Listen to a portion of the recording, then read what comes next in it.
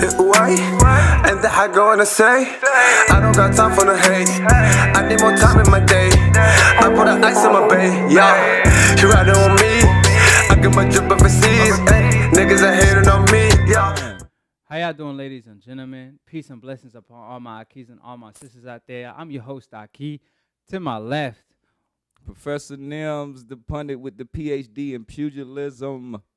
Talk to him. Nice, don't talk to him twice.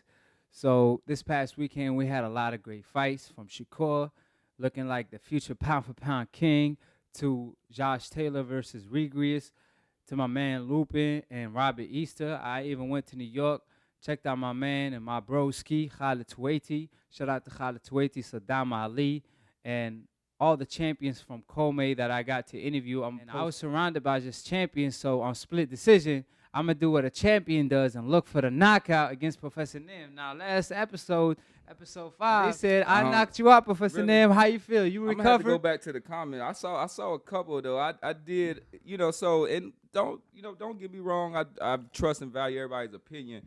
But I did want to, so let me get this out real quick. He got some smoke. He got some smoke, and y'all. It's not THC, any of y'all out there, narcs or something like that. This is CBD. Oh, yeah. So a lot of athletes using and stuff like that. It it helps and stuff, but you're gonna need to take some of the pain away after I knocked you out with that CBD. Actually, I just wanted to make sure that yeah, I mean, y'all know that you want some smoke. I want all the smoke. Goddamn it. Vasyl Lomachenko, you stated he on your pound for pound list. Now, Josh Taylor versus Vasyl Lomachenko. I believe in that fight last night. Josh Taylor showed that he could beat Vasyl Lomachenko, showed that he will take Lomachenko to school. The reason why, if a guy ranked on the number 5 of your division, Luke Campbell, keep in mind, Luke Campbell lost to Linares twice. Luke Campbell, in my opinion, is not even ranked number 5 in that division. But let's say he is. He still gave Lomachenko his toughest fight. And he can't even fight in the inside. And he's not even undefeated. I would like to see Vasyl Lomachenko challenge himself and fight the number 1 guy at 140. Because he fought a guy ranked number 5 at his division, and we saw what kind of a fight that was. It was a very tough fight. So I want to see Vasyl Lomachenko fight the best. And that's a guy like Josh Taylor, the number 1 guy in his division. I mean, he said he wanted to be as great as a Manny Pacquiao. Well, guess what? Manny Pacquiao moved up 8 weight divisions. So if you want to prove yourself or want to be on the list of these greats like Muhammad Ali, Sugar Ray Leonard, Manny Pacquiao, Floyd Money May, then you have to step up to the table and fight a fighter that people are going to think is a 50-50 fight. Because the Luke Campbell was like a 10-1 underdog. You know what I mean? Like, it was automatic win, and he still gave him a good fight. However, against the Josh Taylor, I believe that fight is a true 50-50 fight, and I will favor Josh Taylor to beat a Lomachenko because he could outbox Lomachenko from the outside and use his reach, and he could outfight Lomachenko in the inside. And the fact that he's the southpaw, Lomachenko can't perform his favorite pivot move where he pivots to the right and be on a safe angle where he could land his straight left, his whatever, and then he could avoid the counters because he had an angle where he could just duck down from counters. That being said, he fighting Josh Taylor just like Luke Campbell. He's a southpaw, and he got a great right hook and a great left hand. And keep in mind, if you do that pivot move that Lomachenko likes to do, his favorite move, you walk straight to that power punch. So we all know he's not going to do it, so he got to fight more traditional. So that being said, Lomachenko can't sell in the States. He stated he want to go back to the UK and fight somebody. And if that's the case, fight the best 140-pound champion and prove that you're the number 1 pound for pound. Because, you're not making that case for yourself right now, especially like on your last performance, especially after becoming the French fries champion for the WBC. So that being said, how you see that fight playing out, who you favor in that fight, and would you like to see that fight? Obviously for Vasyl Lomachenko, because he never been an underdog in a fight, I believe, other than probably the Salido fight. Yeah. So, and to me, I still think that was his toughest fight. But to me, which one? Salido. Well, yeah. I Well, think so. Lomachenko said it was the Luke Campbell, but obviously he must forgot Yeah, about he got- that yeah, Salido yeah, loss he because got- he got- ESPN doesn't erase that loss. But keep going. But I still think that the smart money will be on Vasyl Lomachenko. I still think he's an artist in there. I think that he can be effective with his pivot move. He showed some wrinkles of it against Rigondeaux. Even though Rigondeaux was a lot, Rigondeaux was probably in his 40s, even though he might be listed a little bit younger, and his feet weren't where they used to be at. And particularly his last fight, he was just like he was in cement.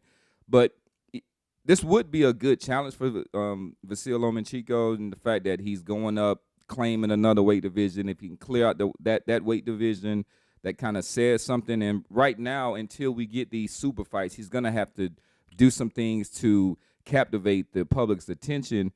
He actually could, because of his management, he probably could go to not only the UK but Germany and make a lot of money, similar to what the Klitschko's did at that time when they were ruling. Vasyl Lomachenko. Yeah, And I fight think who?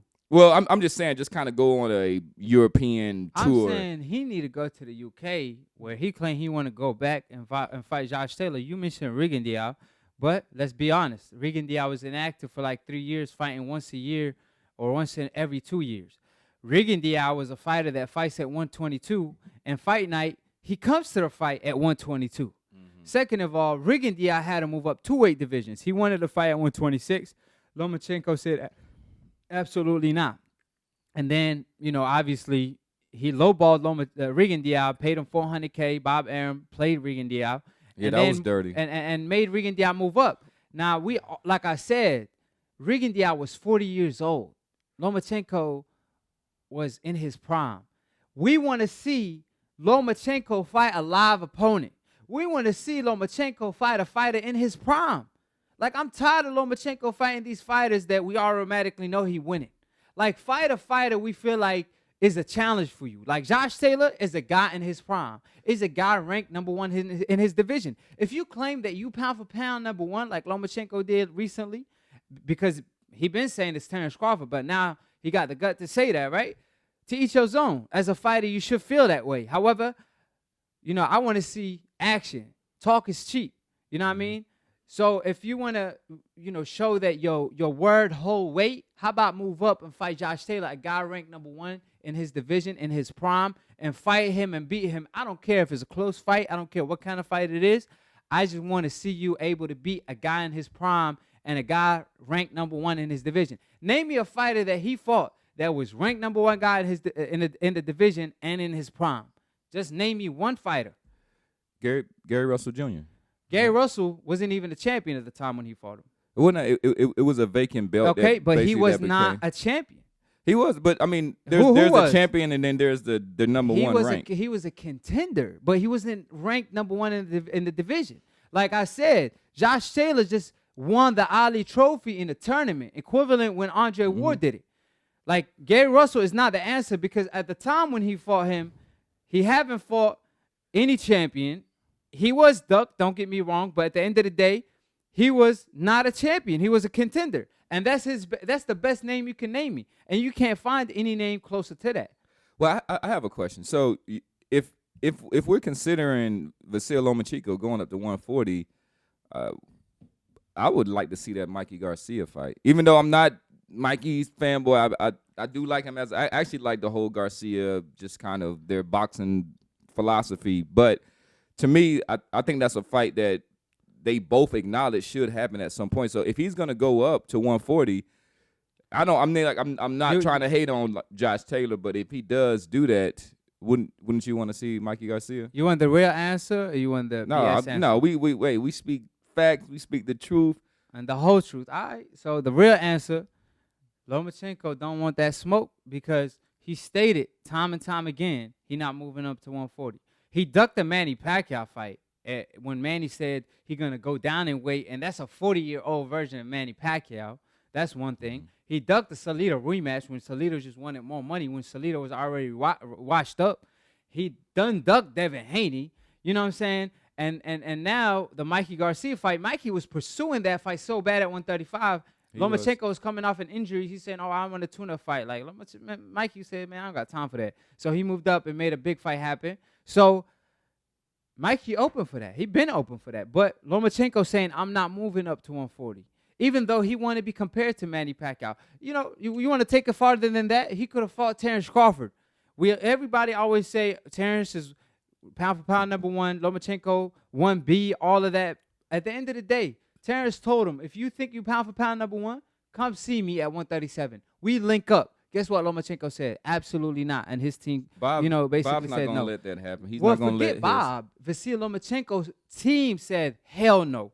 So it shows you what they don't believe in their guy. You know, you could say he the greatest since Muhammad Ali, but can you please prove I don't know who says that. Bob Arum and all I mean, these, Bob always says that. and Tony but in the UK. Bob, I'm pretty sure you had a guy named Floyd Mayweather Jr. He said the same shit about him.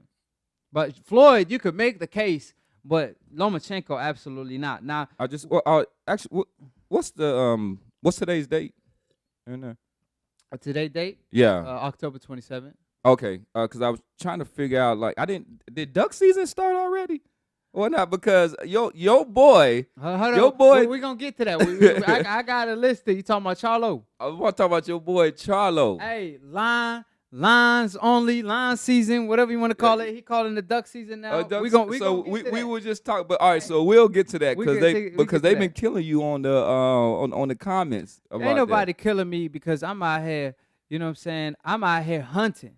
I ain't being hunted. You know what I'm saying? Lomachenko, he being hunted right now. And he out here have to go to the WBC to become a French fries champion at McDonald's. You know what I'm saying? To avoid the smoke and shit. I'm not. I'm calling out all the smoke. I'm looking for the smoke. It getting too foggy and nobody showing up. So, you know, moving on to the next topic before we get to the topic where I'm finna body Professor Nim. Shakur. Chico, we want all the smoke.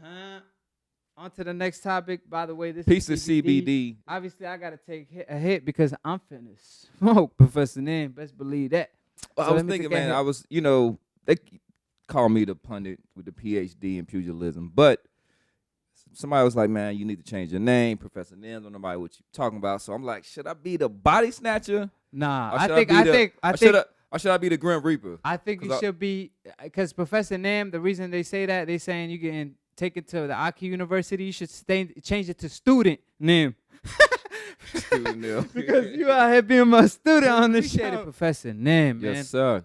So we stated earlier, like I said, Professor Nim, he might change his name to Student Nim because I keep taking him to the AkHi University. No. So that name fit him better. Grim Reaper, I thought it was Grim Reaper because I'm catching these bodies. Man, you caught your own body. You know what I'm saying? You buried your own self on your own grave, and you dig your own grave today. That being said, it's still strap season, still line season, lines only, all of that. Duck Canelo season over there. That being said, appreciate everybody for tuning in.